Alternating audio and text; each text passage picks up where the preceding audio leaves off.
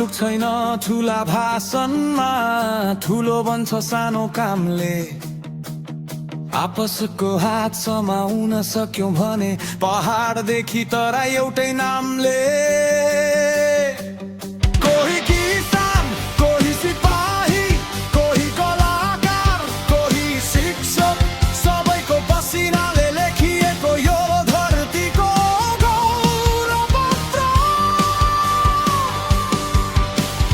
घाउले सिकायो हारेको जस्तो देखिएर पनि, आँसुले ढाक्यो तर भित्र बलिरह्यो आफू यति। मेरो नेपाल, मेरो सानो यो मुटु भन्दैछ जय जय नेपाल। जति चोट आयो उति बलियो यो माटोको मान कहिल्यै नझुकाओ। एउटै रगत, एउटै श्वास, हामी फरक तर आत्मा एउटै हाल। जहाँ जहाँ जाऊ भुलिन्न कहिले